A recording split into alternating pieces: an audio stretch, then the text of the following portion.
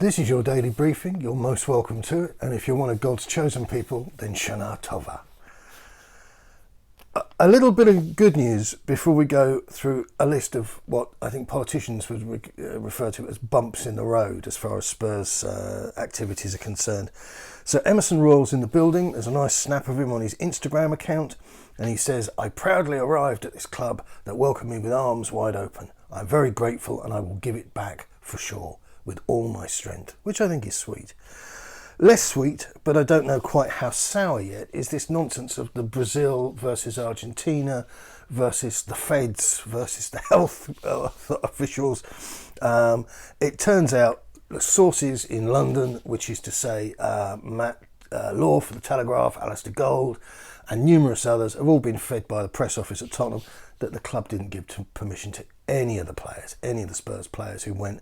So Lo Celso, Romero, they're in danger of missing the Chelsea game. And Martinez from Villa is saying that Villa weren't even aware of the Brazilian quarantine rules. Sanchez is heading back to Europe. He's suspended for Colombia's next game against Chile later this week. So he's going to get a fine as well.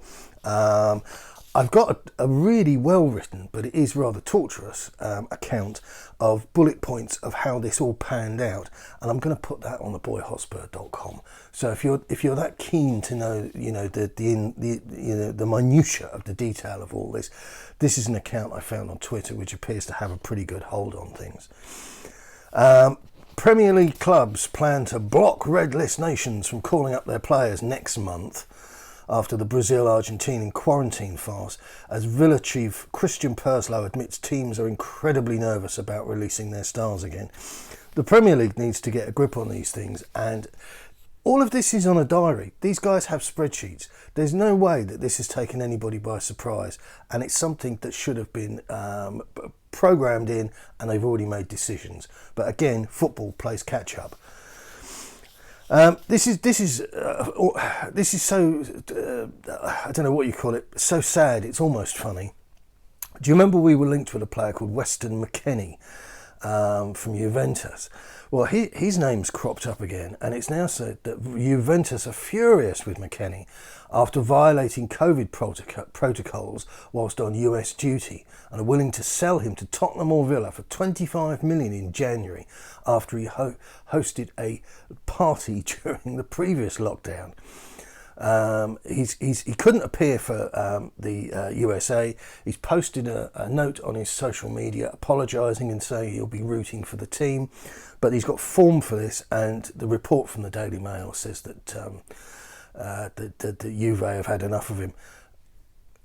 Do we need any more people like this? I mean, I thought we would have already got that box ticked. I mean, speaking of the box that was ticked, Tottenham's squad list for the UEFA Conference League has been Europa Conference League has been released.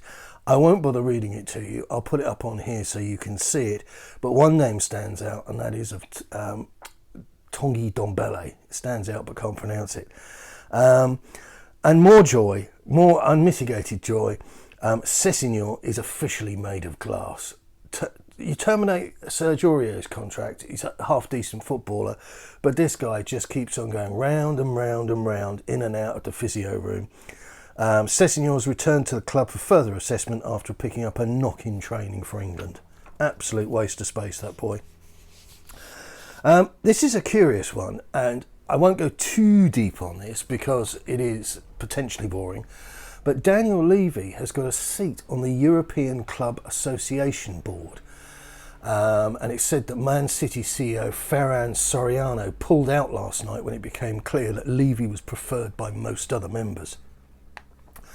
Now, the European Super League has been around for a long time, and it's of note that back in 2018, Chairman Karl-Heinz Rummenigge, I used to have a pair of football boots with his name on the side, I can tell you, said our European Super League is the UEFA Champions League. We are very happy with the current competitions and our extremely fruitful collaboration with UEFA. We will continue to work together with UEFA, and this beyond 2018.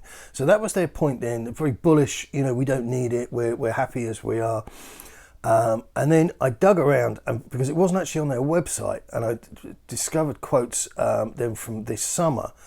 And the ECA have effectively, they're not pro European Super League, but they've been willing to reinstate the clubs that exited or attempted to exit.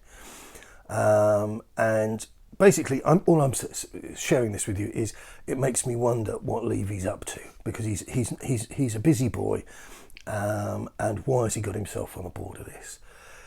Is he trying to change from within, like some sort of Buddhist ninja sleeper cell? Who knows? Spurs have this goes on. Spurs are proud to have partnered with Sky to make our September the 19th fixture against Chelsea, which looks like we're going to be a bit light on for players, the world's first net zero carbon football game at an elite level. I've got to tell you, if you have a look at the Spurs Twitter account, the quality of the replies here is shocking. People saying, "Oh, I'm not going without me sausage roll," and all this business. Presumably, I mean, it's easy to take pot shots at this sort of thing, but presumably this game will include candle-powered in-stadium advertising, and the team that scores no goals wins. One Sky initiative I can fully get behind, though, is that the broadcaster has now finally teamed up with Kick It Out, which is a movement every single supporter can confidently get behind. Long overdue. I guess businesses have to weigh everything up, and that doesn't happen overnight. And just as a closer here for you, the Swiss Ramble has produced a snapshot of big owner financing. There's a lot of cells on here to weigh up. I'll pop it into the community posts. But if you just look at that, here are the takeaways for me, and there's 4 big ones. Ping, Spurs don't win anything. Ping, Tottenham don't win anything. Ping, Spurs don't win anything. Ping, Tottenham never win anything. That's your lot for today. I hope you've enjoyed it. It looks like it's going to be a hot one, so stay in the shade and put out plenty of water for the old dog if you have one. Good luck. Keep it Tottenham.